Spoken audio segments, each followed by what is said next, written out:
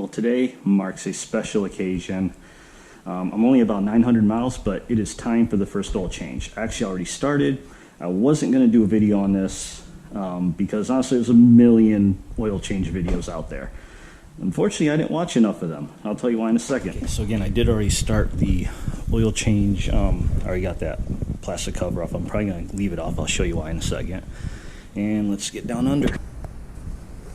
And one thing I will note when you do an oil change, when you pull this drain plug out the first time, I had this oil pan about right there because I figured, you know, oil changes I've always done before. This thing squirts out and it goes out about right here.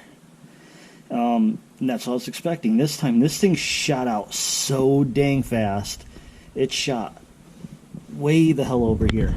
So, yeah, I made quite a mess. In fact, you could see how hard this thing shoots out because it actually got onto the steering. That's how forcefully this thing shot out of there.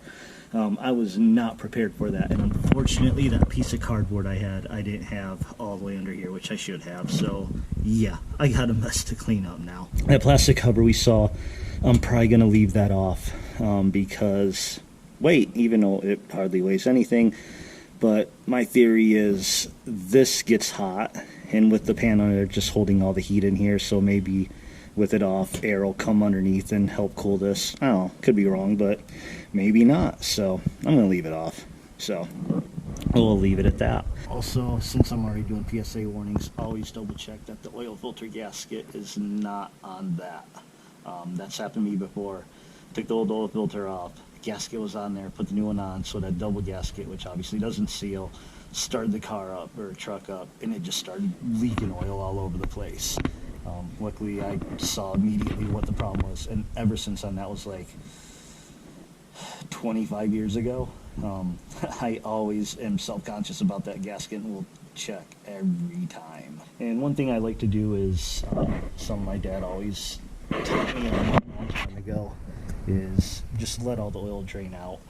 That's a big difference of doing your own oil versus going to a 10-minute oil changes. They do it so fast that they don't get all the oil out. So he was always like, hey, it's always good to get all that old dirty oil out. So, you do it yourself, get it all opened up, let it drip out, go do other stuff for an hour, 2 hours, whatever, till it all drips out, then come back and lock it up and put it together.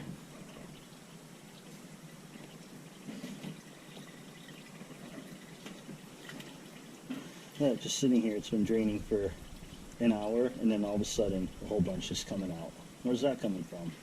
Looks pretty clean though. So factory just had a regular Mopar filter. This is the SRT one, which is interesting. Comes with like a little cup lid on top, which is kind of cool. Protect it.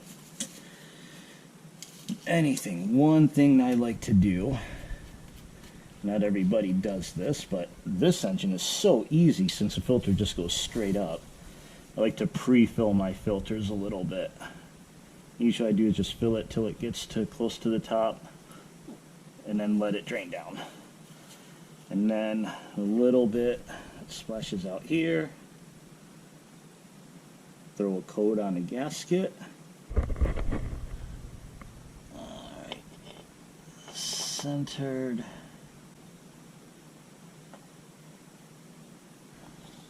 Roll it on till it makes contact right about there.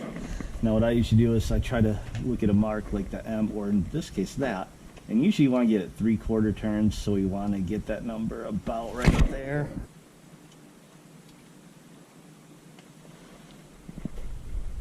I'm not doing anything. Must be bouncing around. Okay, that's as good as I'm going to get it by hand.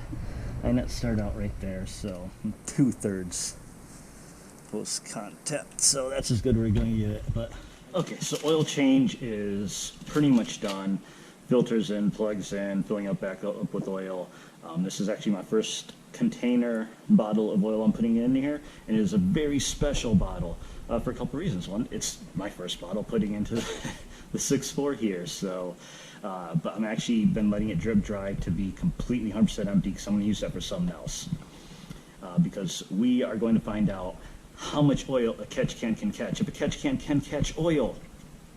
And so what we're going to do is I'm going to measure every oil change every time, because I'm probably going to empty it out more often. Every time we empty this catch can out, we're going to fill that up. So over time, we're going to see how much oil this thing will catch as time goes on. So I will keep it for that. And to help, I actually bought this disposable 100 milliliter syringe here. I actually already cut the tube for this, so I'm going to use this to empty the catch can out for two reasons. One, we can measure how much comes out each time. Also, that way I'm not like tipping it and pouring oil all over the thread, so it'll make it a little cleaner. I did actually already use this because I sucked out some windshield washer fluid, so got a little bit of weight there. We're going to eventually probably remove that. Anyway, let's go ahead and see. Had one commenter said he had the exact same catch can and his leaked out from the bottom. Let's see, can you see that?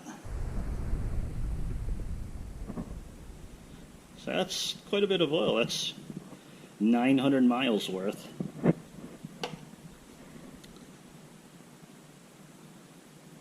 There we go, that's most of it.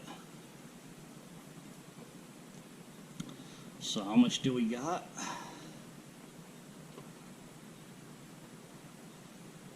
That is what, 12?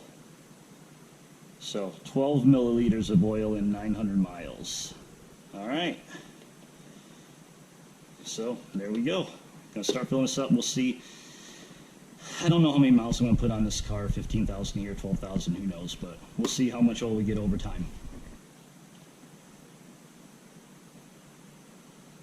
Let's finish filling her up with oil. Okay, so that's going to pretty much wrap up this video about oil changes, catch can, oil in general. But I do want to have one last tip. So in the previous video, we added this oil breather on here, just vent out the crankcase.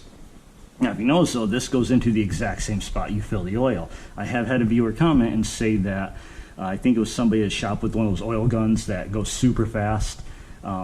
Went way too fast, and the oil actually backed up into here and went into his air box, because normally this would be connected. So if you see, that is very possible. So at least with this on, it would just leak through here. It wouldn't go into your air box. So that is possible. Now, with this car being up on ramps the way it is and tilted, it's going to be really hard for any oil to get up this way. But it's just something to keep in mind.